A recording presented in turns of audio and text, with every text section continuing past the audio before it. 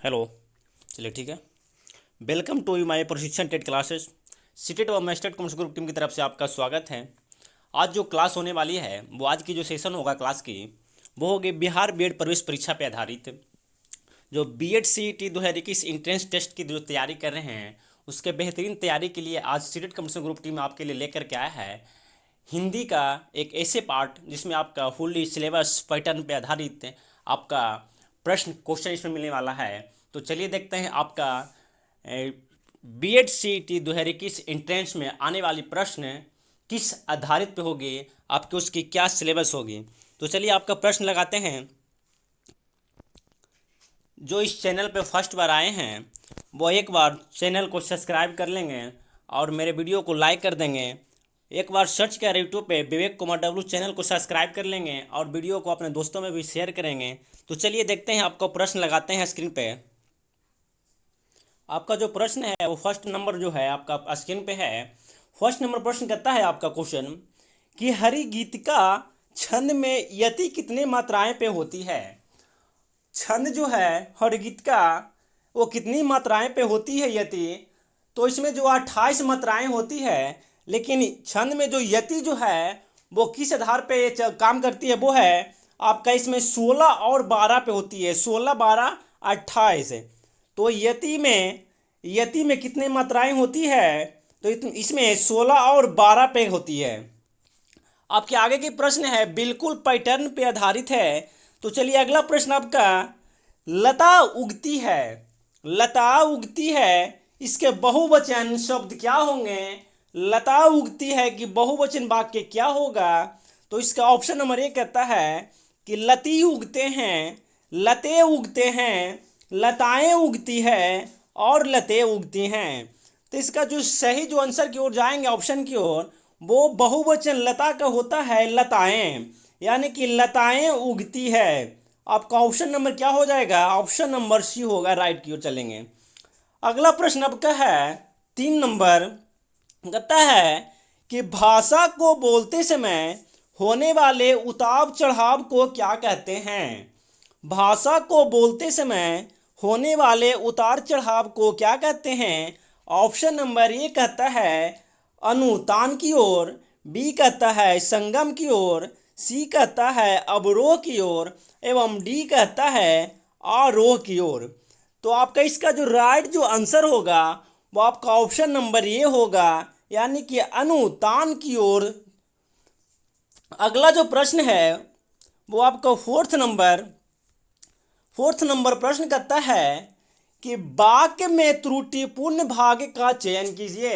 बिल्कुल आपका जो प्रश्न जो आएगा वो इसी आधार पे आएगा। आपका इसमें जितने भी वीडियो में प्रश्न मिलेंगे वो बिल्कुल पैटर्न और सिलेबस पे आधारित प्रश्न मिलेंगे।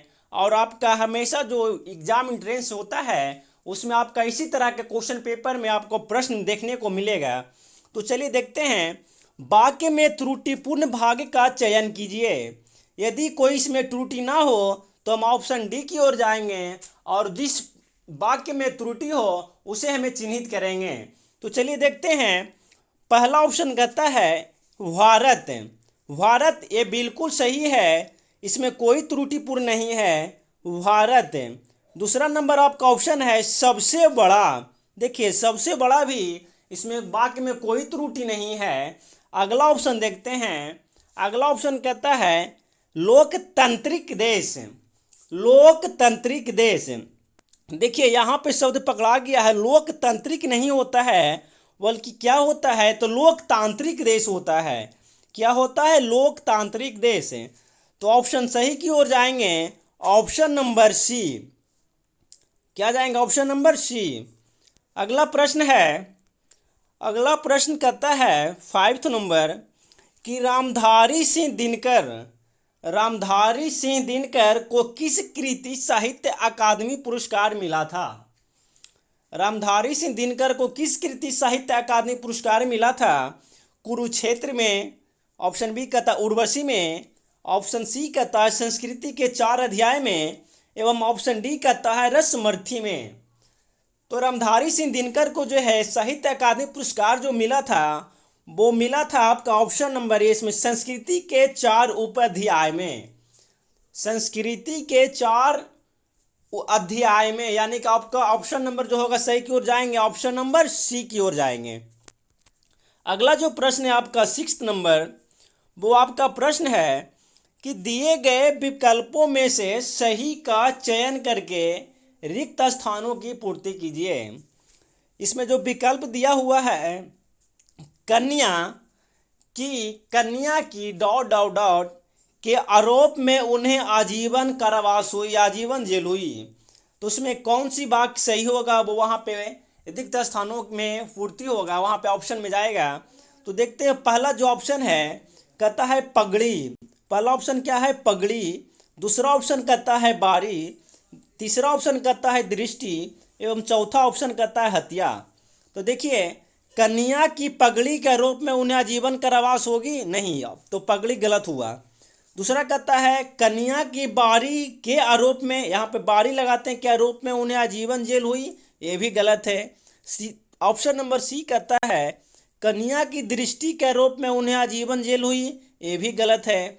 अब आपका ऑप्शन नंबर जो होगा वो राइट की ओर जाएंगे, ऑप्शन नंबर डी, कि कन्या की हत्या के आरोप में उन्हें आजीवन जेल हुई। तो ऑप्शन नंबर क्या होगा, ऑप्शन नंबर डी होगा। अगला प्रश्न देखते हैं।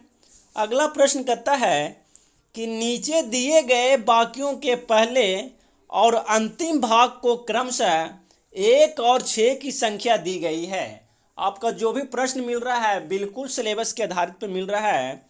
इनके बीच के अंशों को 4 भागों में बांटकर या र ला तथा व की संख्या दी गई है। ये चारों भाग उचित क्रम में नहीं हैं। इन चारों को उचित क्रम में लगाएं ताकि एक सही वाक्य बन सके। उसे सही रूप देने में, वाक्य को सही करने में एक सरियाएंगे पंक्ति में। तो देखिए पंक्ति क्या कहता है कि दूरदर्शन पर प्रदर्शित धारावाहिक लोग इन, पहला ऑप्शन कहता है लोग इनकी पहले से प्रतीक्षा करते रहते हैं। इतने लोकप्रिय, ऑप्शन बी कहता है इतने लोकप्रिय रहे हैं कि, सी कहता है और इन्हें देखने के लिए, और डी कहता है पहले रामायण और अब महाभारत। तो इसे हम सरियाएंगे एक वाक्य रूपेण। तो देखिए चलिए सरियाते हैं इसको। कहता है दूरदर्शन पर प्रदर्शित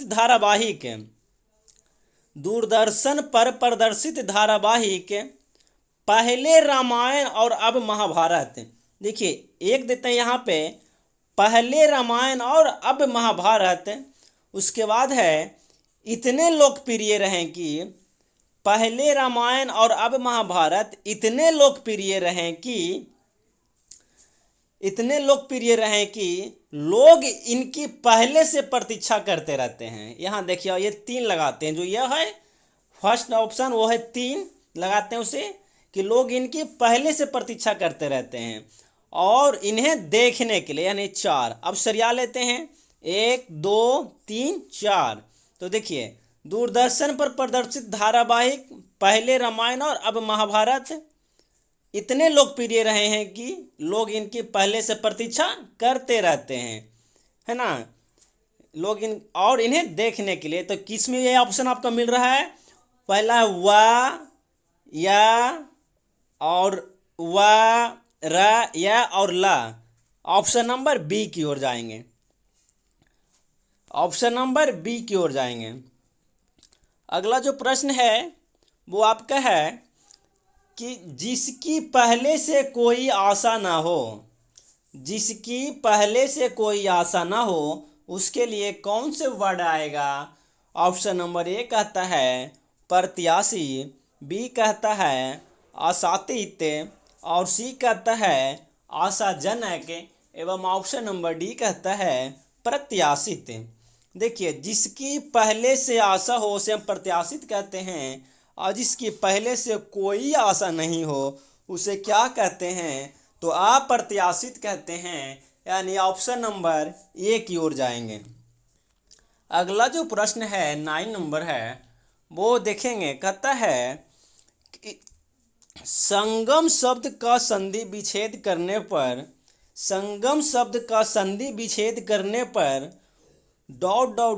उपसर्ग के रूप में प्राप्त होगा। संगम शब्द में उपसर्ग कौन से रूप प्राप्त होंगे? संगम में उपसर्ग कौन सा आएगा? वो आपका ऑप्शन नंबर 1 आता है कि सन आएगा, संगम में सन आएगा उपसर्ग, या सम आएगा, या स आधा वहाँ आएगा, या स और न आधा न आएगा। तो देखिए संगम, तो संगम में जो है आपका जो है उपसर्ग जो आएंगे वो आपका ऑप्शन नंबर सी यानी सम आएंगे, स आधा वहाँ, यानी ऑप्शन नंबर सी की ओर जाएंगे। अगला प्रश्न है आपका कि निम्नलिखित वाक्यों में रेखांकित किए हुए भाग में कौन सा पदबंध है?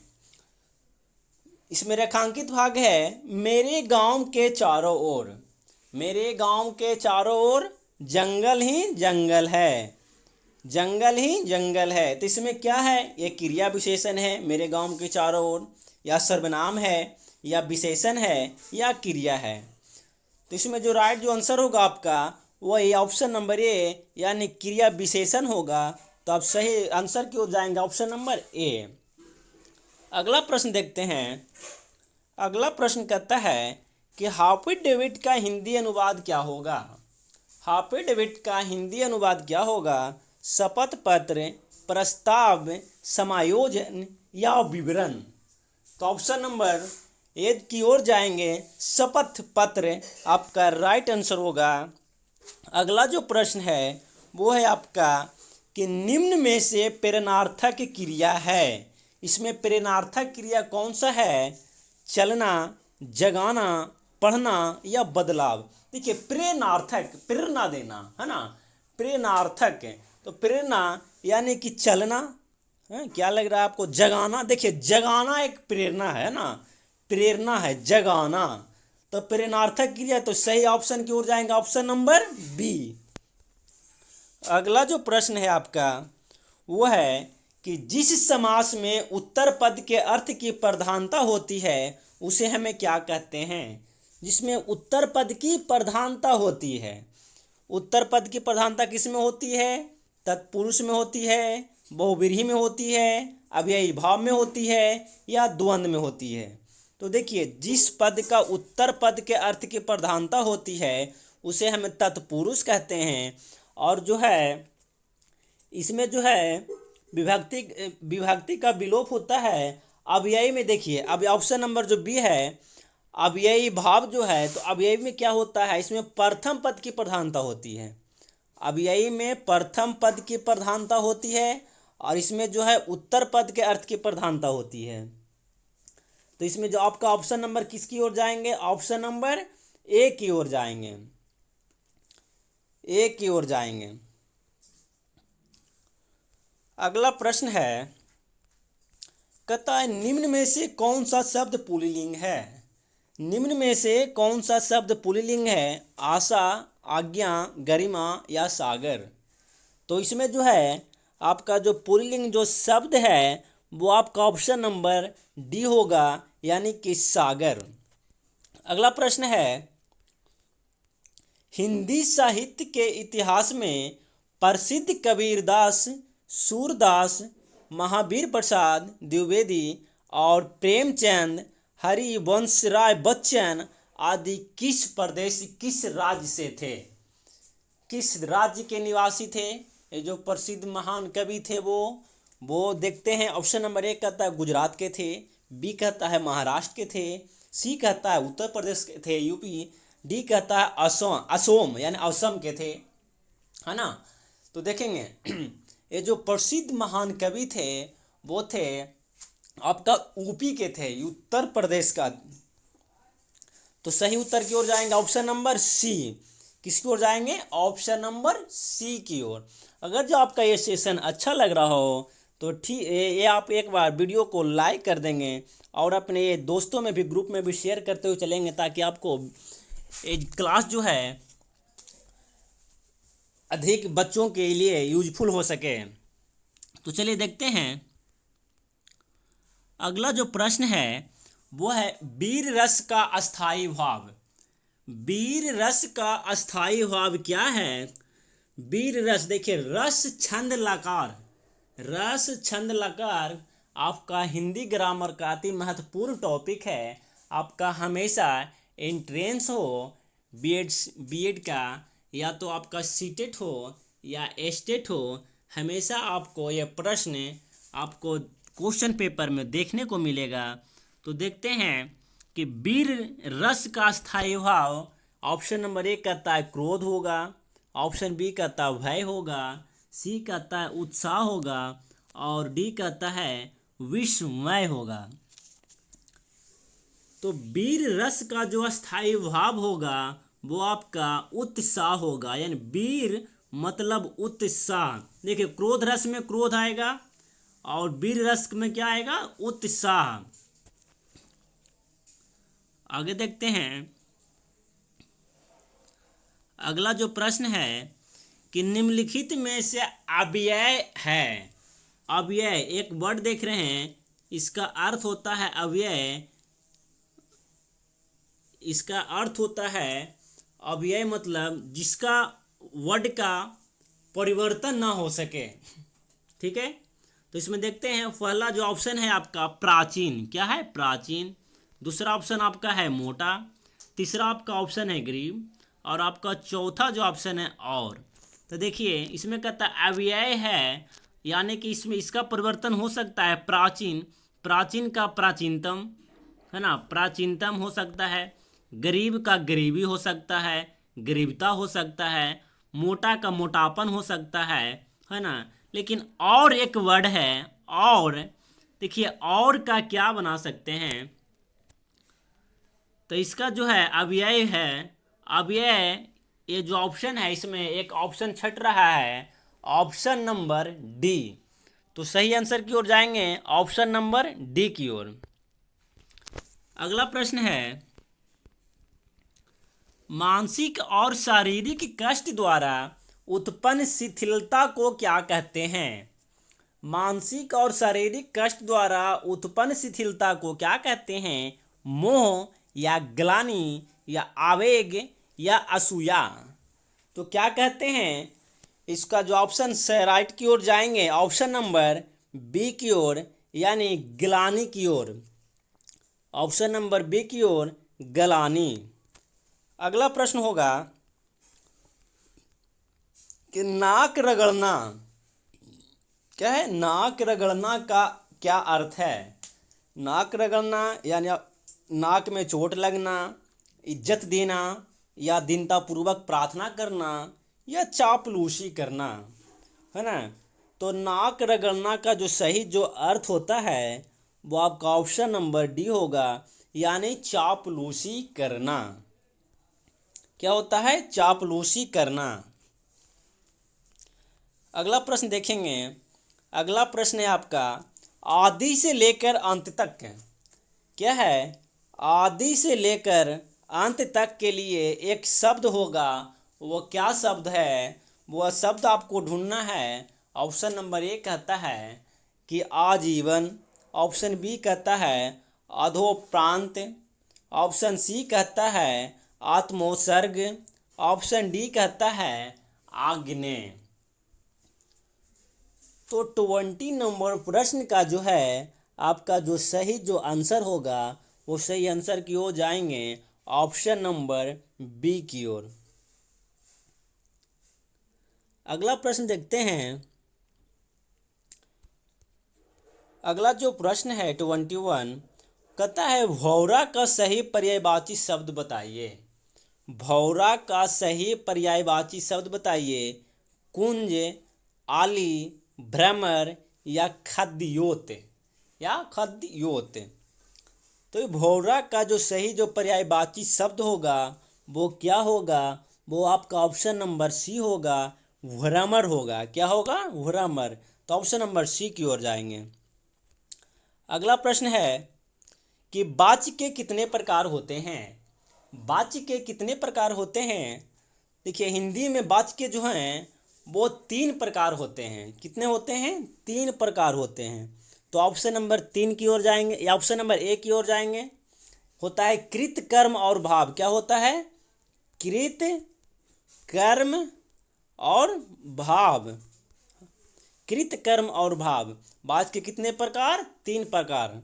चलिए ठीक है, आपका बिल्कुल जो है आपको संपूर्ण तैयारी इस चैनल के माध्यम से बीएड एंट्रेंस इस चैनल के माध्यम से कराया जाएगा। तो प्लीज़ एक बार वीडियो को लाइक कर देंगे और अपने दोस्तों में भी शेयर करते हुए चलेंगे। तो चलिए, अगर जो आपको एक सीट पक्की करनी हो, आपका टोटल सीटों की जो संख्या होती है आपको पहले एक वीडियो में हमने बता दिया है, इसके सिलेबस पैटर्न और महत्वपूर्ण जानकारियाँ। तो लगभग 35 से 36,000 आपकी जो सीट है, उसमें से अगर जो आपको एक सीट पक्की करनी हो तो प्लीज़ एक बार इस वीडियो को, इस चैनल को सब्सक्राइब कर लेंगे और हमेशा इस चैनल का जो भी वीडियो अपलोड होगा वो वीडियो को एक बार ज़रूर देखते हुए और उसका स्क्रीनशॉट लेते हुए चलेंगे प्रश्न का, और उस प्रश्न को एक बार ज़रूर दोहराएंगे। अगला जो प्रश्न है वो है मलिक मोहम्मद जायसी। क्या है? मलिक मोहम्मद जायसी ने पद्मावत महाकाव्य की रचना किस भाषा बोली में की थी? मलिक मोहम्मद जायसी ने पद्मावत महाकाव्य की रचना किस भाषा में की थी? और जो भाषा आपका ऑप्शन दिया हुआ है अवधी, मैथिली, छत्तीसगढ़ी एवं मगही। तो मलिक मोहम्मद जायसी ने पद्मावत महाकाव्य की जो रचना जो है वो अवधी भाषा में किए थे। कौन सी भाषा में? अवधी भाषा में। तो सही आंसर की ओर जाएंगे, ऑप्शन नंबर ए की ओर जाएंगे।